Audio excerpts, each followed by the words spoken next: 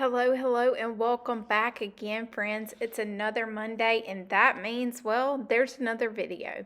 Today, I'm using my scrap bin. If you missed it a few weeks ago, I talked about the fact that I have all of these giblets, and so I have this beautiful cabinet that has these numbers on it. I decided to put a bunch of random scraps, and well, there's a face that I did. I forgot that I put it in there, but I just stuffed pretty much all kinds of random stuff into these little bitty drawers, and then I pull a different number out each week to use. And so today was number 3, and so I'm going to use this accordion style journal. This was one that I did in Artsy Meetup. Kyla Givehand has a free Artsy Meetup every month. And so she had invited, I've taught on there before, and this one was made out of a tutorial by Kristen Peterson. So, yeah, I had this little doodad, and I've been kind of filling it up as I go along, and so I thought it was a great opportunity to use some collage. I also wanted to tell all of you that I have a brand new website that is up and running now. It was a labor of love, let's just say that. It still has some tweaks and modifications that I'm doing, but I would love for you to go over and check it out. It's southerngalsdesigns.com. I'm trying to create a one-stop shop so you can find what you're looking for in the work that I have available out there in the world, all in one-stop shop. So with that being said, I also launched a blog on my website, and I only have one blog post as of today, and I will do another blog post to go along with this video. So if you want to come and check out, maybe get some tips and tricks and some inspiration, I've also created some playlists specific that you can find there in the learn portion of my website. But I would love for you to come over, take a look around, and yeah, hopefully be inspired by all the mess making that I have going on. So I will link that down in the description box below, but it's just southerngalsdesigns.com. and you can go check that out. So you see that I'm just randomly ripping all of these papers up. And really, this is simply based on what is catching my eye at the time. Now, I really love that piece of handwritten that was over there to the side that I just threw to the side right then. The problem that I felt with that particular piece is that it was really competing with the graphics of that text from the book.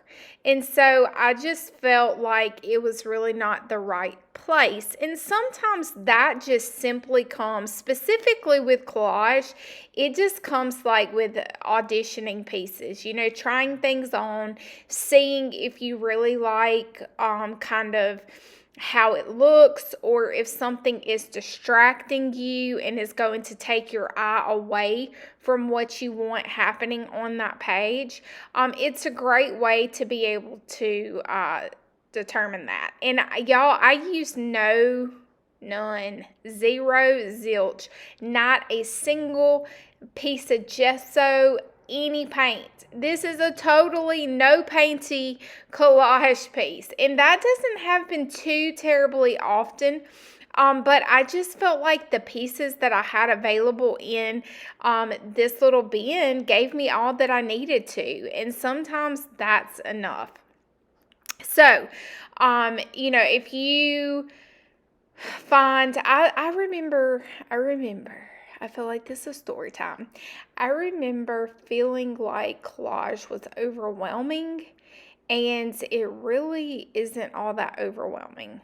You just got to learn a few basic principles. So again, go out, check out the blog post that goes along with this video at southerngalsdesigns.com, where hopefully you can learn some tips and tricks. Now, this beautiful piece, I believe this piece came from, it's amazing how you can remember where a piece of paper comes from. But I'm pretty sure that this one came from my friend Belinda Smith. I'm not sure, like I'm almost about like 85% sure. And I've just been hoarding it because it was so like awesome and super duper cool with the little stripes on it. But whatever type of paper this was very thin, and so it kind of tore as I was trying to do the Oohoo glue stick here. But this is one of the tricks when it comes to collage, is if you want to bring a focal that could easily kind of fade in the background, and you want to bring it into the forefront so that if somebody looks at this page or book, they would have a really hard time not seeing what you were trying to drive the message home to. And so I also really like the fact that it has that light teal color in that striped oval circle piece that I did. And so I immediately thought that this would be perfect to kind of go behind that sheer the word escapes me. Whatever that sheer envelope thing is called, I cannot. Is it glossine or something like that? I think maybe. And so I thought that it would be cool to put that coloring behind that glossine little envelope. And if that's not the right word, y'all know what I'm talking about. The clear, almost tissue paper transparency little envelopes, and I had just torn that, and it was probably, I'm feeling like that was a You Me 3 challenge piece that we did recently, and so that's where that little piece came from that was in my bucket, my little scrap bucket over here, my little scrap drawer. So I'm just taking a look at the found words that was also in my scrap drawer, and the giblet drawer was full, y'all, full of goodness today. And so I'm just cutting out a few little things that I wanted to put to convey the message that I was feeling was happening with this lady that I dissected and tore out from the rest of her family. And then I'm just using staples. Now, y'all, it's time for us to have a moment of silence for the long-handled stapler. It was not the stapler's fault, y'all. It was Tiffany's fault. I dropped the stapler, did something to the stapler, tried to fix the stapler. It just didn't make it. The stapler no longer works.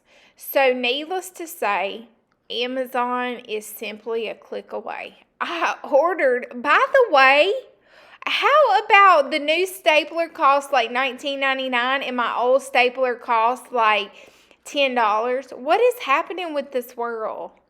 What is happening here? I was like, I love you so much, stapler. I'm going to pay this $20 for you. And I got a lot of good years of use out of you. But that's a lot of money. Especially knowing that I just paid $10 back in 2016. Okay, Tiffany, times have changed. I'd come to grips with it. All right, so I'm going to just staple this right on there. And now I've got a little flippy-do. And flippy-doos are always fun. It's a great interactive way that you can create dimension and energy within your piece. And I also found in the giblet drawer today, I found this, I guess it was just typewritten. I don't know what these names on this piece of paper were from. It was from some type of vintage haul. Probably found it at the flea market or somewhere. Who knows where this paper came from?